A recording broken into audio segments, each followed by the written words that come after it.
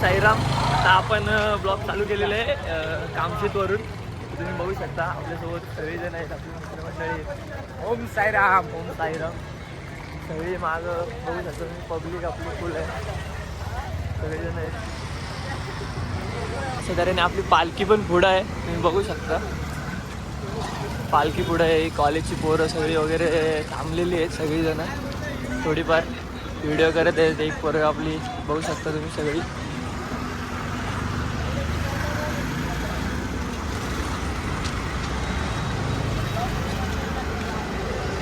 दोरनं निघालं आहे. आमची वस्ती थोडी 5 किलोमीटर अजून थोडी वरती पुढे आहे. 5 किलोमीटर नंतर तुम्हाला आम्ही पुढे गेल्यानंतर अपडेट देतो.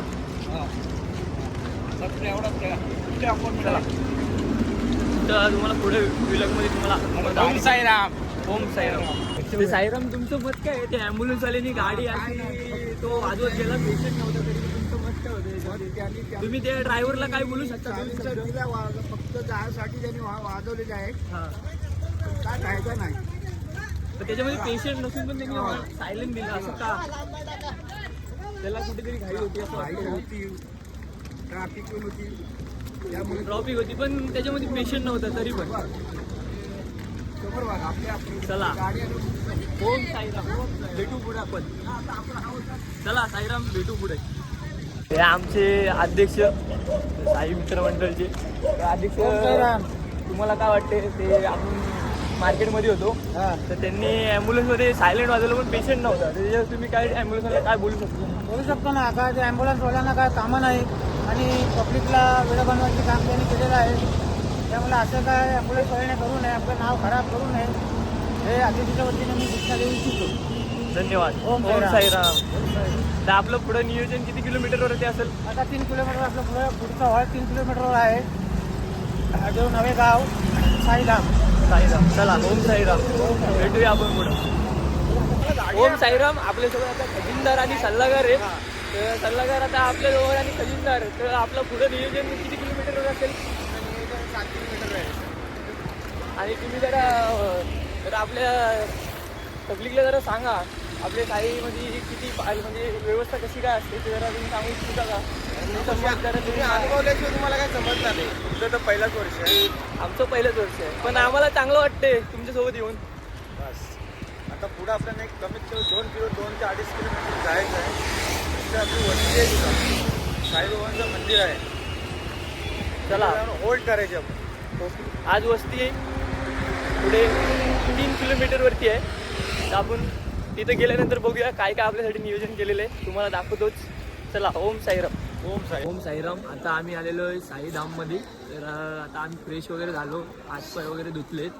तर आता बघू शकता आम्हाला झोपायची व्यवस्था केलेली आहे. इथं मोठा हॉल आहे, बघू शकता तुम्ही.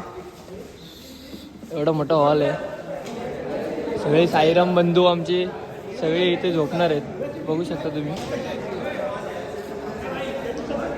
बघू शकता तुम्ही सगळे, एवढा मोठा हॉल आहे.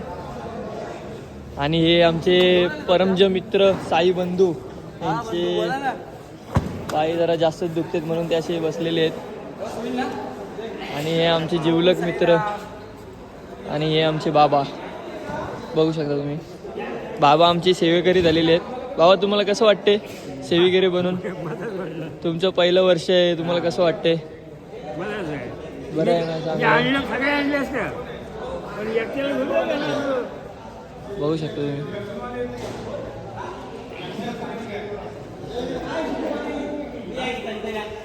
हे बघू शकता तुम्ही, इथं तयारी चालली. हे बोलतात मी कुठं झोपू नाही, कुठं नाही. बघू शकता तुम्ही, इथं कोण नाही, जागा सांगते इथं कोण नाही वगैरे. हे पण आमची मंडळी सगळे थकलेली आहेत, बघू शकता तुम्ही. आणि हे आमचे साई मंडळाचे आमचे डॉक्टर, बघू शकता तुम्ही सगळेजण. ओम साईराम. आता आपण जातोय वरती देवळामध्ये, एक मंदिर आहे, तुम्हाला दाखवतो मी. चला पुढे आपण जाऊया. चालतोय जरा, बघू शकता तुम्ही. आपली साई मंडळी सगळे चालतेत देवळामध्ये जायचंय.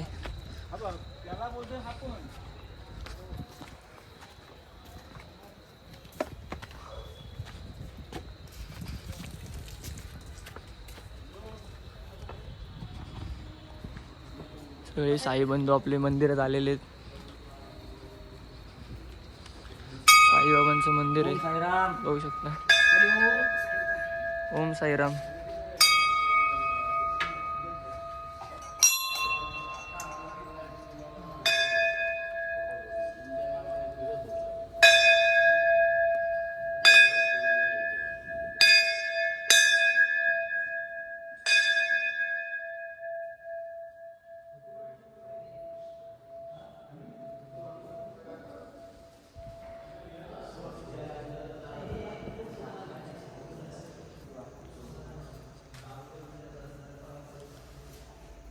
साई चरित्र आहे पण बघू शकता तुम्ही, खूप सुंदर अशी मूर्ती आहे साईबाबांची.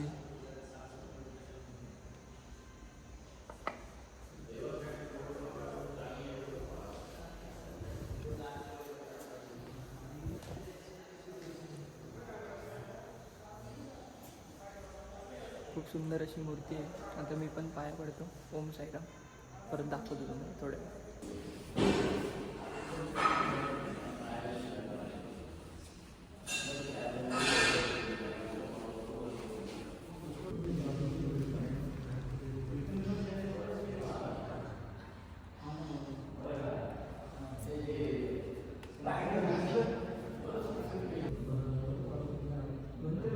असे तुम्ही मस्त छान छान चित्र काढलेले आहेत. विठ्ठल रखुमाई आहेत, साईबाबांचे वेगवेगळे चित्र काढलेले आहेत मंदिरामध्ये, बघू शकता तुम्ही.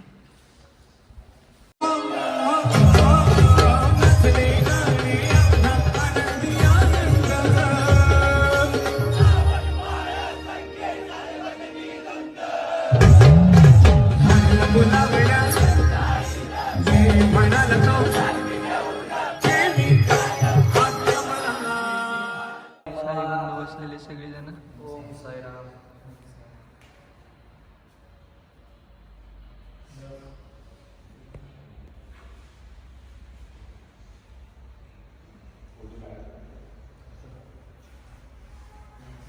तुम्ही पण दर्शन घ्या मंडळी. ओम साईराम. ओम साईराम. आता भजनाची वेळ झालेली आहे. आता भजन बोलणार आहोत. तर आपण पण यांच्यामध्ये सामील होऊन जाऊया भजनामध्ये. आपण पण इथं बसूया आता भजनात. आपण पण बसू इथे.